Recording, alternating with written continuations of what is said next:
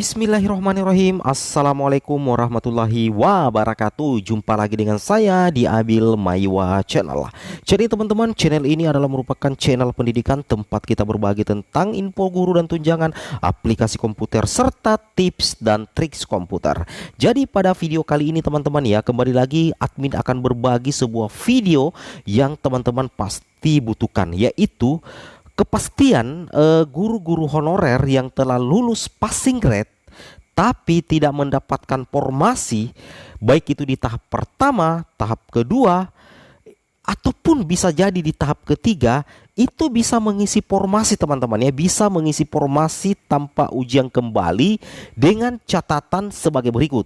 Di sini kita bisa melihat hasil rapat kerja antara Kemendikbud dengan Komisi 10 DPR RI, terutama di poin ketiga ini teman-teman ya, terutama di poin ketiga ini, bahwasanya di sini dikatakan Komisi 10 DPR RI dan Kemendikbudristek sepakat bahwa guru yang telah lulus passing grade akan mendapatkan formasi dan tanpa ujian kembali. Oleh karena itu, Komisi 10 DPR RI mendukung Kemendikbudristek RI untuk berkoordinasi dengan Kemenpan RB agar terbit Permenpan RB yang baru yang akan mengatur mengenai hal tersebut. Nah, seperti itu ya. Jadi perlu teman-teman pahami, meskipun Komisi 10 DPR RI dan Kemendikbudristek itu sudah sepakat bahwasanya guru yang telah lulus passing grade akan mendapatkan formasi dan tanpa ujian kembali, tetapi itu tidak serta-merta langsung direalisasikan teman-teman ya. Itu tidak serta-merta langsung direalisasikan. Tentunya ada pertimbangan-pertimbangan yang harus dilalui agar keinginan teman-teman guru honorer yang lolos passing grade tapi tanpa formasi untuk langsung mengisi formasi itu bisa direalisasikan dengan sebuah catatan penting teman-teman ya, bahwasanya di sini Mas Menteri dalam hal ini Kemendikbud RI mesti harus tetap bekerja keras untuk melobi teman-teman ya, untuk melobi atau berkoordinasi dengan Kemenpan RB. Kenapa harus berkoordinasi dengan Kemenpan RB? Karena teman-teman harus ketahui bahwa Kemenpan RB ini adalah bagian dari Panselnas ya, bagian dari Panselnas bersama dengan BKN dan tentu saja Kemendikbudristek selaku anggota dari tim Panselnas itu sendiri. Nah, tentunya tim Panselnas inilah yang memiliki wewenang terkait dengan P3K guru teman-teman ya, bukan serta-merta dari kesepakatan antara Komisi 10 DPR RI dengan Kemendikbudristek, bukan teman-teman ya. Itu tetap harus dilobi, harus dikoordinasikan dengan Kemenpan RB dan BKN selaku tim Panselnas. Nah, ketika Kemenpan RB ini menyepakati apa yang disepakati oleh Komisi 10 dengan Kemendikbud, baik itu BKN ataupun Kemenpan RB, maka secara otomatis nantinya kemungkinan ya teman-teman ya, kemungkinan besar akan melahirkan Permenpan RB yang baru. Nah, bisa jadi akan melahirkan Permenpan RB yang baru.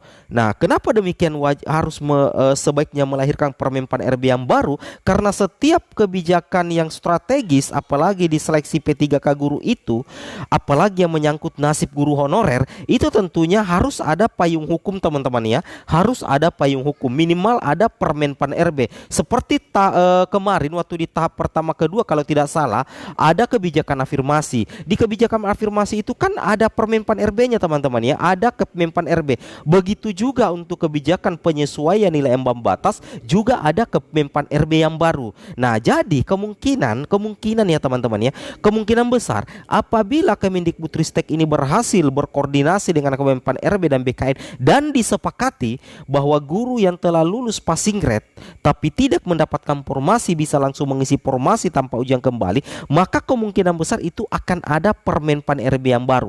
Dan ini tentunya yang sangat dinantikan oleh guru honorer yang lolos passing grade, seperti itu ya. Jadi tentunya ini yang sangat dinantikan oleh guru honorer yang lolos passing grade tetapi tidak mendapatkan formasi, yaitu adanya Permenpan RB yang baru, Permenpan RB yang baru yang mengatur bahwasanya guru yang telah lulus passing grade mendapatkan formasi tanpa ujian kembali.